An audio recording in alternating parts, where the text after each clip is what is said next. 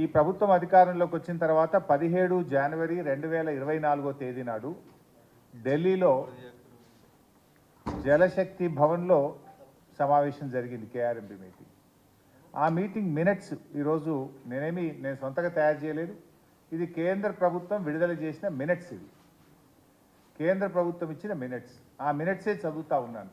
ఆ మినిట్స్లో ఎంత స్పష్టంగా చెప్పారంటే, both the states and KRMB will discuss and finalize the protocols for handing over the Nagarjuna Sagar Dam and Srisailam Dam and all 15 prioritized component outlets to KRMB and come out with a concrete action plan in this regard within 7 days. 7 రోజుల్లోగా ఎలా అప్పచెప్పాలనేటువంటి ఒక action plan తయారు చేసుకొని మా ముందుకు వస్తారు. Both the states will hand over the 15 prioritized components outlets of Nagarjuna Sagar project and Srisailam project to KRMB within 1 month time period.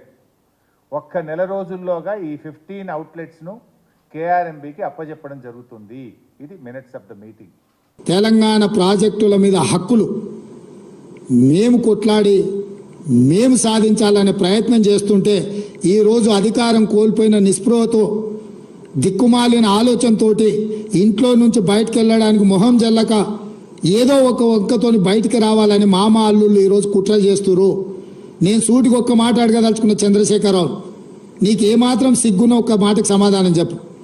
ఇక్కడ ఎన్నికల రోజు పోలింగ్ రోజు పొద్దున్నే నాగార్జున సాగర్ భూభాగం మొత్తం తెలంగాణలో ఉంది. నాగార్జున సాగర్ ప్రాజెక్టు కంప్లీట్గా తెలంగాణ స్వాధీనంలో ఉంది. కనీసము శ్రీశైలం అన్న సగం వాళ్ళ చేతిలో ఉంది, సగం మన చేతిలో ఉంది.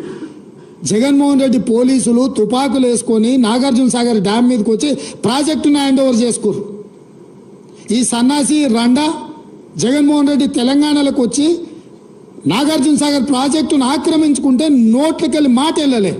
మూడవది, CRPF will keep a strict vigil on the dam site and will allow the engineers officials from Government of AP and Government of Telangana to enter the premises of Nagarjuna Sagar Dam only after the permission of KRMB. Telangana Andhra ఇంజనీర్లు ఎవరన్నా dam మీదకి పోవాలంటే KRMB అనుమతి తీసుకున్న తర్వాతనే CRPF పోలీసులు మిమ్మల్ని అనుమతిస్తారు. Number 4, both the states will immediately release the funds to KRMB for this financial year and the dues of yesterday's in order to enable KRMB to fulfill their statutory obligations. ఇంత స్పష్టంగా ఢిల్లీలో జరిగిన సమావేశంలో నెల రోజుల్లోగా ప్రాజెక్టులన్నీ కేంద్రానికి అప్పగిస్తారు అని చెప్పి ఇది మినిట్స్ ఆఫ్ ద మీటింగ్. నువ్వు పోయి కేంద్ర ప్రభుత్వానికి ప్రాజెక్టులను హ్యాండ్ ఓవర్ చేయడానికి నిధులను కేటాయించినోడు నువ్వు వచ్చి మమ్మల్ని బదనాం చేస్తావా? మా మీద మాట్లాడతావా? వాస్తవాలు ఇట్లుంటే అబద్ధాలతోని అధికారం కోల్పోయిన నిరాశ నిస్పృహలతోటి ఈరోజు మమ్మల్ని బదనాం చేసే కార్యక్రమం పెట్టాను.